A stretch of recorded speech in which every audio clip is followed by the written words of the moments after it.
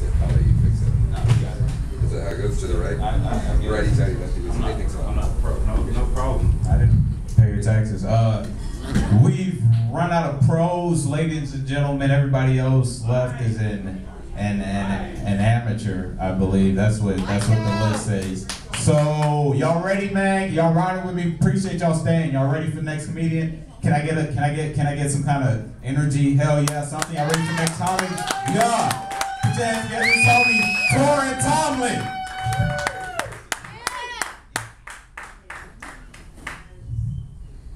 That was possibly the most depressing intro I've ever heard ever. Thank you. No, first off, I am a pro at this. Might not be getting paid, but I'm fucking awesome. Let's rock. Alright. I think about how I want to die a lot. And I know I'm not the only one here who does it.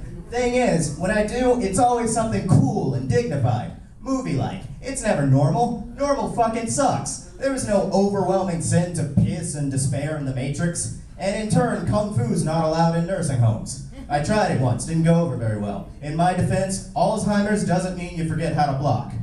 What fictional character dies of heart attacks? Dan Connor. Not John Connor from the Terminator. Dan Connor, Roseanne's husband. And it wasn't even one of those cool Coke-induced heart attacks. It was one of those I should buy stock in Hostess cupcakes heart attacks. That shit's not cool. You want something you can respect. Rappers get it. Besides Biggie, no rapper's gonna respect candy death. You want glory. If Tony Montana died of AIDS, Scarface would have been a completely different movie. Plus, there would have been a scene where the doctor was like, drop your pants. You get it, I get it, we all know what he would have said, moving on. Everybody's so obsessed with death, but nobody's obsessed with crippled. There's no 27 club for crippled people. There's not even a 700 club for crippled people.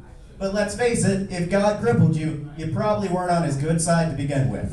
And crippled's kind of embarrassing. People make jokes about crippled all day long as if it's some kind of socially conscious attempt to bring down what must be dangerously high levels of self-esteem. But it makes sense though. Breakdancers are cocky as shit, and these people are always crip walking. Pretty soon that exaggerated limp's gonna turn into the best damn windmill you've ever seen.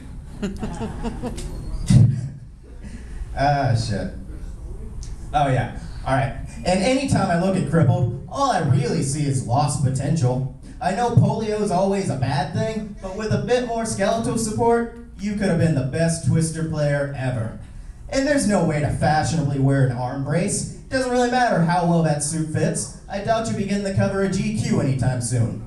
And if you're in a wheelchair, say goodbye to good nicknames. Looks, race, skills, none of that shit matters anymore. It's always gonna be Wheels. Or if you're really lucky, Christopher Not Walking. So I daydream about superheroes a lot, but the older I get, the more I start to realize it would be really shitty to be a superhero. First off, there's so many of them, that shit's not special anymore. By now, the novelty's worn off and chicks are starting to realize bursting into flames doesn't really have any type of application in the bedroom. And that just means more nights alone for me and flame hands. And somebody's always hating. When Superman stopped a short bus from going off a cliff, he's the guy arguing that retards don't count. And they do, retards are people too. It's just that there's a lot of math and weird fractions involved to figure out how many of them equal out to a normal kid, and honestly that's really neither here nor there right now. You can't tell anybody, and if you're always coming home beaten up and sweaty at the crack of dawn, pretty soon people are gonna start to think you're a prostitute. And there's never any good reason to become a superhero. No, somebody's gotta die, usually parents, which leads me to believe that the comic book industry is just a front to make orphans seem unlovable. We all know what Batman did when his parents got killed. There's nothing heroic about living in a foster home crying all day. So, speaking about Batman, talk about a jaded son of a bitch. If you spend your night swinging on rooftops getting groped by chicks in leather, and your only response is complete indifference, what do you do on those lazy Sundays? Batman can't get a thrill out of reruns of Everybody Loves Raymond. Brad Garrett's not that funny, and I doubt him and Robin hang out that much. There's only so much time a young man can spend with an eccentric weirdo before somebody starts suggesting some inappropriate games. I'm not saying this was solely Batman's fault, but I am saying it was his idea to make Robin wear stockings and green underwear in the first place. And I doubt Batman plays any board games. He's too smart for that shit. Hey Robin, where's Batman? Well, he's playing Connect 4 alone again. You know how much he loves that Connect 4. He plays, beats himself, says, "Pretty sneaky, Mom and Dad," and then he bursts into tears. It's kind of depressing. No, you can't do any of that shit.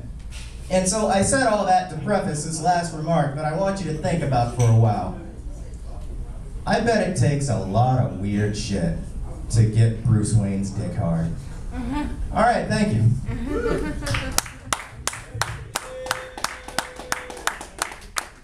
Tomlin, that was funny, man. It's just only because it's like 3 people in here, it doesn't sound.